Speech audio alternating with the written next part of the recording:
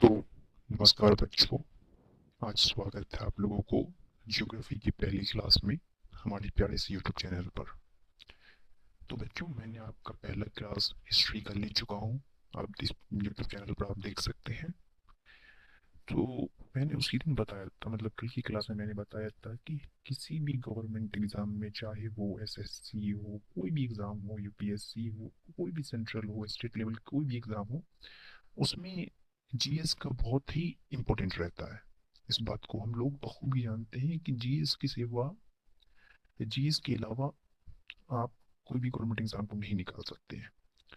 तो जीएस का ही एक विषय जिसे हम और ज्योग्राफी कहते हैं, उसके बारे में पढ़ेंगे। तो बच्चों, मेरी पॉसिबल सुविधाएं तो नहीं है कि मैं आपको बोर्ड पर पढ़ा सकूं, तो मैं टैब पे ही आप लोगों का क्लास लेता हूँ। चलिए शुरू करते हैं आज के पहले लेक्चर को। तो मेरा विषय है ज्योग्राफी। सब्जेक्ट का नाम है जियोग्राफी। ये दो शब्दों से मिलकर बना है, जियो प्लस ग्राफिया। तो ये हम आगे पढ़ेंगे। पर यहाँ पे मैंने लिख दिया है कि ये दो शब्दों से मिलकर बना है, जियो प्लस ग्राफिया। तो भी हम इनके परिचय, इंट्रोडक्शन के बारे में जानेंगे। आप लोग नोट हमारे साथ बना लीजिएगा या स्क्रीनशॉट ले लीजिएगा, इसका पीडीएफ बना लीजिएगा। तो सबसे पहले हिस्ट्री।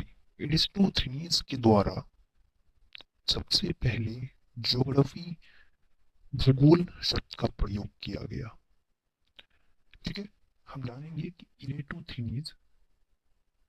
इरेटोथेनियस एक साइन विद्वान गुजरे हैं। इसके द्वारा सबसे पहले ज्योग्राफी शब्द का प्रयोग किया गया उनके अपने पुस्तक जियोग्राफिका में।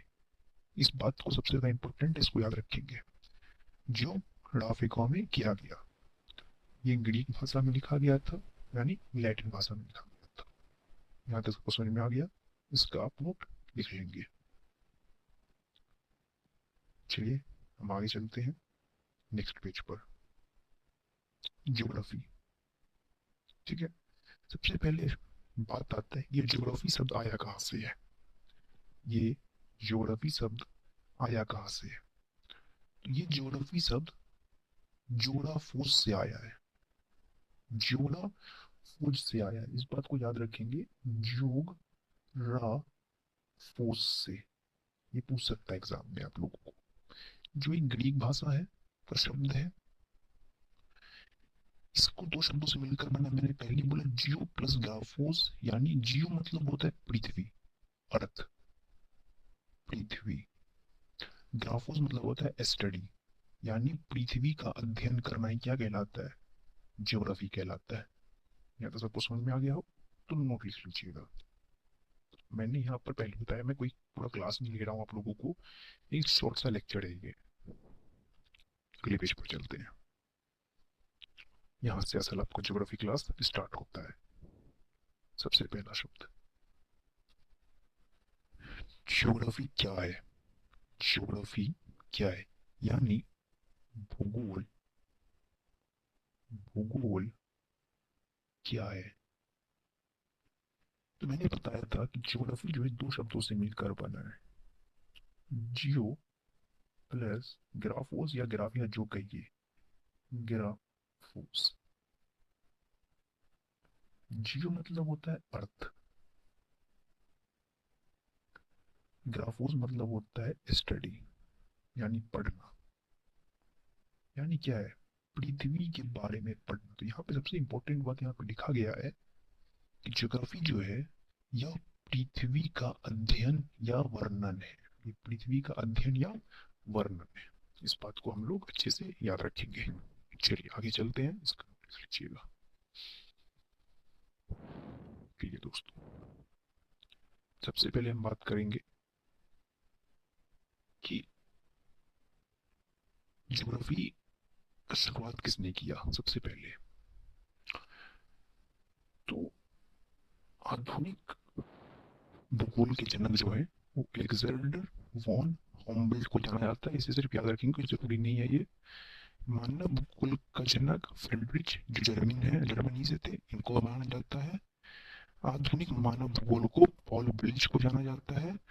और पूरे भूगोल के फादर इरेटोथेनिस को जाना जाता है। ये रूटोथिनीज है, इनका चेहरा मैंने यहाँ पर लगा दिया है, आप लोग देख सकते हैं। ये एग्जाम में पूछ सकता है, who is father of geography, यानी पिता कौन है भूगोल के। आप क्या कहिएगा? इरेटोथिनीज, इरेटोथिनीज। चलिए दोस्तों, आगे चलते हैं। पृथ्वी का आकार, हम लोग जानेंगे पृथ्वी का आकार क्या है। ये आप इनको सब पहचानते हैं, इसे हम लोग ग्लोब कहते हैं। हमने देखा है ऑफिस में, घर में बहुत सारे लोग ग्लोब रखते हैं, तो इसे हम ग्लोब कहते हैं। तो पृथ्वी, कोई पूछे पृथ्वी का आकार कैसा है, यानी पृथ्वी दिखता कैसा है, तो कोई कहेगा पृथ्वी गोल दिखता है, कोई कहेगा पृथ्वी अंडे जैसा दिखता है। लेकिन ये सारी बातें क्या है? गलत है।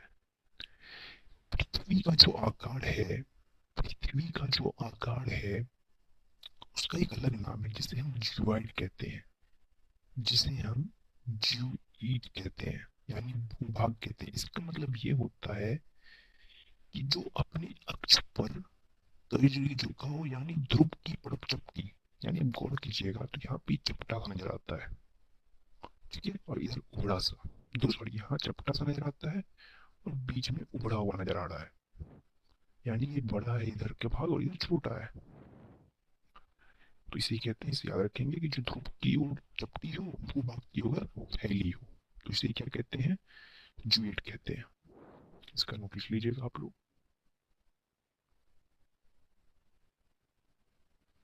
अगले पेज पे चलते हैं। जब हम ग्लोब को, मतलब ये जो ग्लोब था, इस ग्लोब को अगर मैं पन्ने किसी खोल दूं, मतलब इसे इधर खोल दूं, इसको इधर खोल दूं, इसको इधर खोल दूं, इसको इधर खोल दूं, ये जब खोलेगा ना तो ये एक ऐसा मैप बन जाएगा जिसे हम मानचित्र कहते हैं। इसे हम खुली दीवार पर चिपकाते हैं। इसमें नॉर्थ साउथ इसी पढ़ा जाता है, north south east, sorry east west, ऐसे पढ़ा जाता है। क्लियर? अगला पढ़ते, सबसे इंपॉर्टेंट यहाँ से शुरू होता है कि सर्वप्रथम भूगोल शब्द का प्रयोग इरेस्टोथीनीज ने किया था। इसको याद कर लेंगे, सर्वप्रथम, सबसे पहले भूगोल शब्द का प्रयोग इरेस्टोथीनीज ने किया था। यह ग्रीक के दो मूल, यानी जियो प्लस ग्राफोस से मिलकर बना है। दोनों को एक साथ रखने पर इसका अर्थ बनता है पृथ्वी का वर्णन, यानी जियोग्राफी का मतलब है पृथ्वी का वर्णन। अगली पेज पे चलेंगे। मैंने ये पहले बता चुका था, परंतु दोबारा से मैं यहाँ पर एक स्लाइड रखा हुआ हूँ, तो इसे आप समझेंगे कि भूगोल के जनक यानी पिता किसे कहा जाता है। तो भूगोल के जनक यानी पिता इरेटोथेनीस को कहा जाता है। मैंने कल हिस्ट्री में एक बार बताया था, हिस्ट्री के पिता हेरोडोटस है, लेकिन हेरोडोटस के साथ मैंने एक नाम बोला था टेसिस, इनको भी जाना जाता है, परंतु इनकी जिक्र न के बराबर है। उसी तरीका से जो भूगोल के भी एक और पिता थे जिनका नाम है हिकलियस, इनके पिता का नाम है जीस पेरिबस। इसको याद कर लेना, कोई इंपॉर्टेंट होगा एग्जाम में, मतलब मैं पूछ सकता है, एग्जाम में ये बात पूछ सकता है, लेकिन भूगोल की जो हेरोडोटस को चलते हैं। भारत का सामान्य परिचय, भारत का सामान्य परिचय, ये हमारा हेडिंग है। मैं पहले बता देना चाहता हूँ कि इस चैप्टर से 2 क्वेश्चन मिनिमम पूछ जाता है, ज्यादा से ज्यादा 4 क्वेश्चन आ जाता है। इसकी सारी टॉपिकों को मैं पूरा कंप्लीट कर दूंगा, इस बात से आप लोग बेफिक्र रहे। मैं क्लास को बीच में नहीं छोड़ूंगा, बस आपको सपोर्ट बनाए रखेंगे। चलिए हम शुरू करते हैं। भारत, एशिया एवं विश्व में सबसे पहले बता देना चाहता हूँ मैं किस तरीके से पढ़ूंगा। पहले हम लोग अर्थ के बारे में पढ़ेंगे, ठीक है। अर्थ के अंदर हम लोग अपने कॉन्टिनेंट एशिया के बारे में पढ़ेंगे। उसके बाद अपने कॉन्टिनेंट के अंदर अपने प्यारे देश इंडिया के बारे में पढ़ेंगे। इंडिया के अंदर हम लोग अब बिहार के बारे में पढ़ेंगे। तो ये पूरा मेथड हमारी ज्योग्राफी पढ़ने का होगा, ठीक है। तो चलिए दोस्तों आगे बढ़ते हैं। सबसे पहला सवाल उठता है कि पूरे विश्व में, मतलब पूरे अर्थ पर कितने कंट्रीज हैं, कितने देश हैं? तो कोई कहता है कि 200, कोई कहता है 200 प्लस। लेकिन एक संस्था है, एक संस्था है जिसका नाम है यूएनओ, यानी यूनाइटेड नेशन ऑर्गेनाइजेशन, यानी संयुक्त राष्ट्र संघ, संयुक्त राष्ट्र संघ। इसके अकॉर्डिंग विदेश में, विश्व में देश की संख्या 195 है, 195 है। इसको याद रखेंगे, इस बार पूछ सकता है एग्जाम में कि पूरे विश्व में कितने के देश है, तो 195 है, याद रखेंगे इस बात को, 195 है। आगे चलते हैं दोस्तों। 195 देश है, बोलिएगा कि 195 देश विश्व में कहाँ का है, तो 195 देश जो है 7 महादेश के अंदर है। तो पूछिए कि हमारी अर्थ पर कितने महादेश है, कितने कॉन्टिनेंट्स है अर्थ पे, महादेश, महादेश कितने हैं? आप कहेंगे अर्थ पे 7 महादेश है। तो मैं यहाँ पर सीरियल वाइज लिख चुका हूँ, जो सबसे बड़ा है उसके सबसे ऊपर, उसके बाद एक घटते क्रम में मैंने लिखा है। सबसे बड़ा है एशिया, हमारा महादेश, इसके अंदर कुल 48 देश है, ठीक है बच्चों। उसके बाद है अफ्रीका, इसके अंदर 54 देश है। उसके बाद है उत्तरी अमेरिका, इसके अंदर 23 देश है। उसके बाद है दक्षिण अमेरिका, इसके अंदर 12 देश है। उसके बाद है अंटार्कटिका, इसमें कोई देश नहीं है, जीरो है, क्योंकि ये पूरा आइस से घिरा हुआ है, बर्फ से घिरा हुआ है। उसके बाद है यूरोप। उसके बाद है ओशियानिया, ओशियानिया को ही ऑस्ट्रेलिया कहा जाता है। हम लोग पढ़ते हैं कि ऑस्ट्रेलिया एक कंटिनेंट है। जो क्रिकेट खेलते हैं वो जानते हैं कि ऑस्ट्रेलिया सबसे पावरफुल टीम है क्रिकेट के अंदर, बशर्ते हमारी इंडिया भी बन रही है। मैंने पहले कहा था कि मेरा पढ़ने का तरीका ये होगा कि पहले हम अर्थ के बारे में पढ़ेंगे, फिर हम अर्थ के बाद एशिया में आ जाएंगे, एशिया के बाद इंडिया में आएंगे। तो हमें जानना है एशिया के बारे में। तो एशिया में मैंने कुल बता दिया कि एशिया के अंदर 48 कंट्री है, उसमें से एक मेरा प्यारा देश इंडिया। तो बात करेंगे कि इंडिया, इंडिया के बारे में। इंडिया में कितनी स्टेट हैं, कितनी यूनियन टेरिटरीज हैं, कौन क्या है, कैसे, वैसे सब पढ़ेंगे। इंडिया में टोटल 28 स्टेट है, 28 स्टेट है। पहले 29 था, फिर घटा के 28 कर दिया गया है। और 8 प्रशासित, केंद्र शासित प्रदेश है, यानी यूटी है, यूनियन टेरिटरीज है, जिसमें से अंडमान एंड निकोबार एंड लक्षद्वीप एक आइसलैंड ग्रुप है, यानी ये समुद्र के भाग है, आइसलैंड ग्रुप है ये दो। बाकी 6 देश, ये भूभाग वाले इलाके। क्लियर दोस्तों, इसका नोट आप लोग लिख लेंगे। आगे चलते हैं। इंडिया की तुलना विश्व में, इंडिया की तुलना विश्व में करते हैं। मेरा भारत विश्व में कैसा दिखता है? भारत का क्षेत्रफल 32,87,263 वर्ग किलोमीटर है। कोई पूछे कि भारत का क्षेत्रफल कितना है, तो 32,87,263 वर्ग किलोमीटर है। यह विश्व के क्षेत्रफल का 2.42% है। ये विश्व के क्षेत्रफल का 2.42% है। यानी अगर विश्व में 100% जमीन है, तो उसमें से 2.42% जमीन भारत के पास है।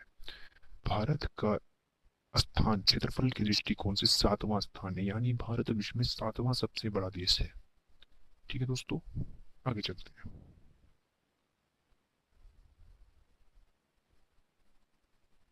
चलिए अगले पेज पे चलते हैं।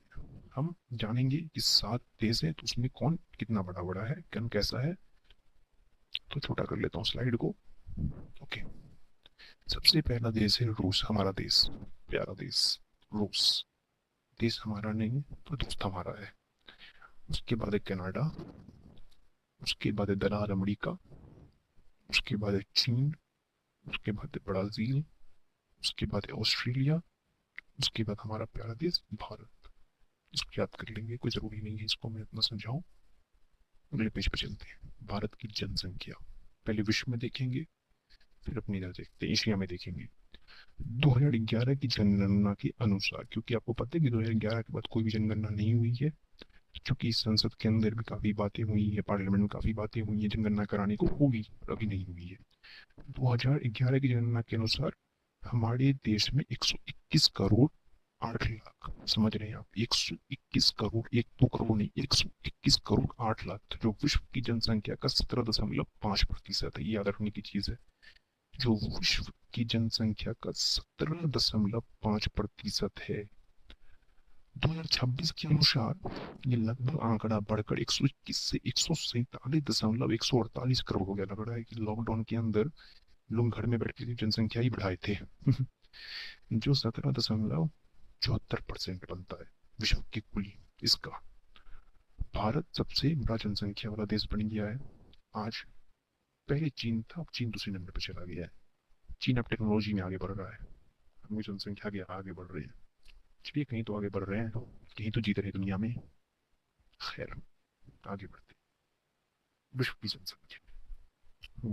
की जनसंख्या 2026 में 830 करोड़ है, जिसके अंदर 147 से 148 करोड़ सिर्फ भारत का है। कमाल की बात है। हम लोग कोई सामान नहीं बना पा रहे हैं, पर बच्चे जरूर बना पा रहे हैं। खैर, आगे बढ़ते हैं। जनसंख्या के अनुसार देश लिख चुका हूं मैं यहाँ पर। सबसे पहले इंडिया, भारत जीत चुका है यहाँ पर दोस्तों, खुशियां मनाइए आप लोग। उसके बाद चाइना, उसके बाद अमेरिका, इंडोनेशिया, पाकिस्तान भी है यहाँ पर। खैर, भारत की एशिया में तुलना, क्षेत्रफल की दृष्टिकोण से भारत एशिया में तीसरे स्थान पर आता है, क्योंकि पहला पर आता है रूस, दूसरा पे चीन, तीसरा पर भारत। जनसंख्या के आधार पर पहला पे जीत चुका है यहाँ पर भारत, दूसरा पे चीन, तीसरा पे इंडोनेशिया। पाकिस्तान बोलिए कहीं जीत ही नहीं पा रहे हैं, सॉरी करने के लिए मुझसे। एक सवाल है यहाँ पर छोटा सा, भूगोल का जनक किसे माना जाता है? ये एनटीपीसी BT2 में पूछा गया है, भूगोल का जनक किसे माना जाता है? भूगोल का जनक इरेटोथेनीस को माना जाता है।